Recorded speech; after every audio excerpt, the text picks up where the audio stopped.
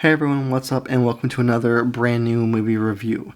Now, in today's review, I've got a fun one for you that is called A Real Pain. Now, this film came out last year, 2024. This was actually Jesse Eisenberg's directorial debut and his writing and production debut as well. And pretty much, again, a great cast in this one, featuring the one and only Kieran Culkin. Obviously, Jesse Eisenberg was in it. Jennifer Grey, Will Sharp, and a bunch of other great supporting cast members that are part of the trip, if you will. Now, this film really is about essentially these two cousins, featuring Kieran Culkin and Jesse Eisenberg, where they are, clearly in a position where it tells you in the film that they were very close as children, as kids, and as they've grown up, with Jesse Eisenberg getting married and having a family, and Kieran Culkin not, and some of the drama that comes out later on in the film in a very, I would say, epic scene at a dinner table where it's just Jesse Eisenberg kind of, just spilling essentially all of his emotional beans at once to these people he just met.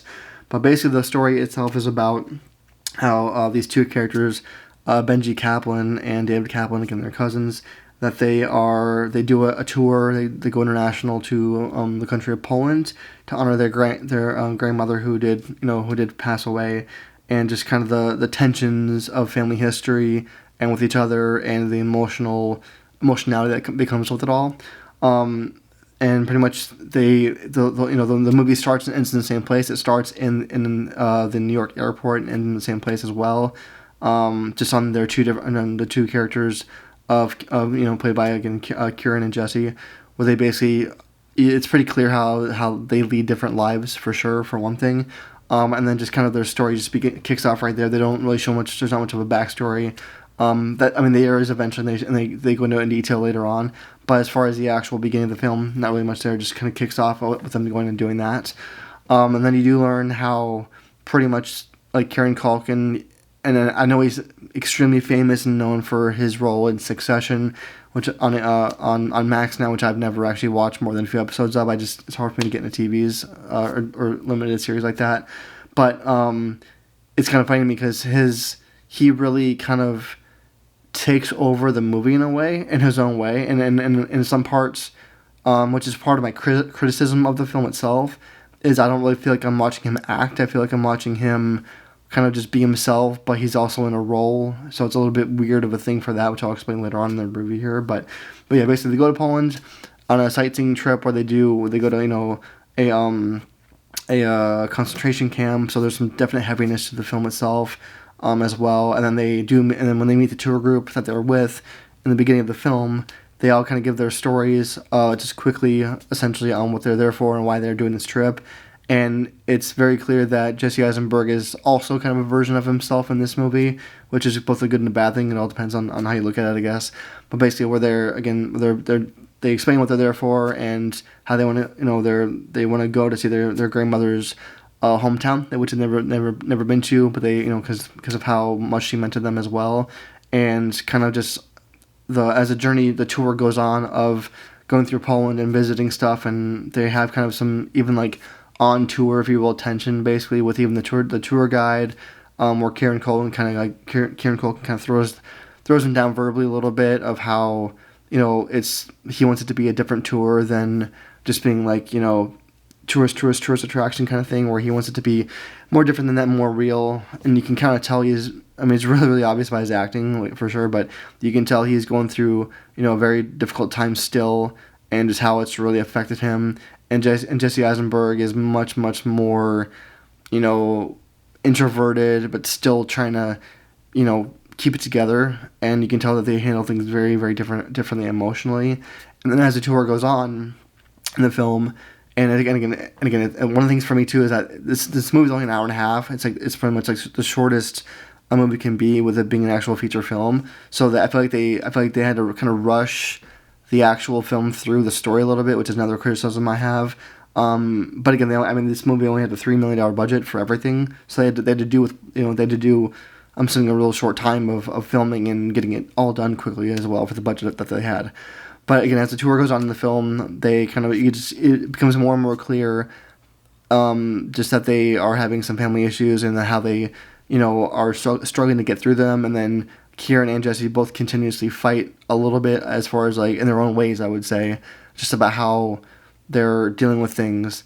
And then there's a scene where they end up separating from the tour group after the concentration camp with the tour guide, where Kieran Culkin kind of just rips the tour guide a new one as far as just like, hey, like, this is not a real experience. This is terrible, and and just he's like, and he kind of goes off on him, and then that's where they kind of had this really emotional moment where later that night they go to the top of the hotel and just have a real like heart-to-heart discussion that really to me is the defining scene of the film for them together, of where they just really cut down and cut through all the emotionality and just deal with each other on a personal level.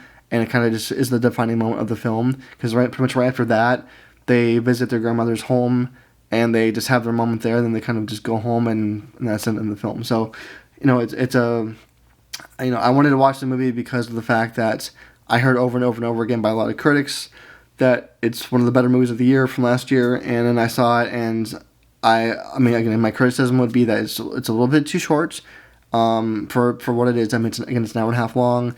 I think it's a good movie. I don't think it's great. I think that there's the dialogue, and especially Kieran Culkin's just his outgoingness as an actor, and which is I guess Jesse Eisenberg, his writing really, and just Jesse Eisenberg and his introvertedness, the clashing of that, the entire film becomes really, really obvious of what they are, of how they're dealing with different pain, and and the title is of a real pain is quite literal for this. It's just how, I guess what I took from it is really how you cannot and should not assume how anyone is dealing with pain of any sort, whether it's drugs or the passing of someone or anything like that. And that's really the best representation that to me of what it shows is how everyone deals with different things in their own way, and how they need to be able to allow to grieve in that sense, because that's the biggest difference that was continuously shown throughout the film, is how these two characters, although they are related, show their emotionality in very, very different ways, and how just again there's a scene towards the very end where Kieran Culkin is not there. He storms off to go and just take a break, and Jesse Eisenberg with the group kind of just drops everything emotionally onto this group of like 4 or 5 other people, of other strangers, about how what they've been dealing with for the past 2-3 years, and why he hasn't really spoken to or hung out with Kieran Culkin's character in a long time, and just why he hasn't seen him at all. And that to me was really one of the better scenes in the entire film, just because of how it does show where he does open up. It's not even like a therapy session or anything; it's just dinner.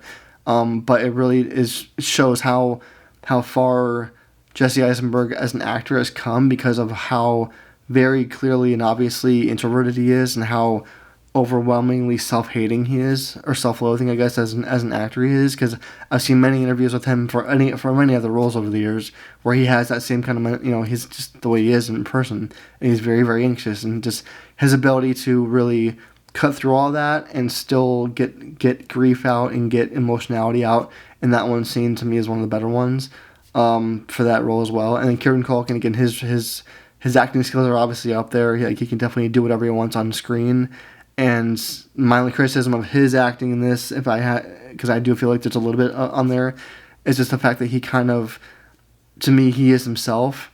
And although I'm not against that for a character or for a role, it just seems like certain scenes, there was never a time where they where Jesse Eisenberg would say action cut. It was just kind of like, oh well, here's the story, here's what we're doing, let's go and do the scene based on the script, and then that'll be it. And that kind of was the only thing I did not like about the film, was that the story I loved.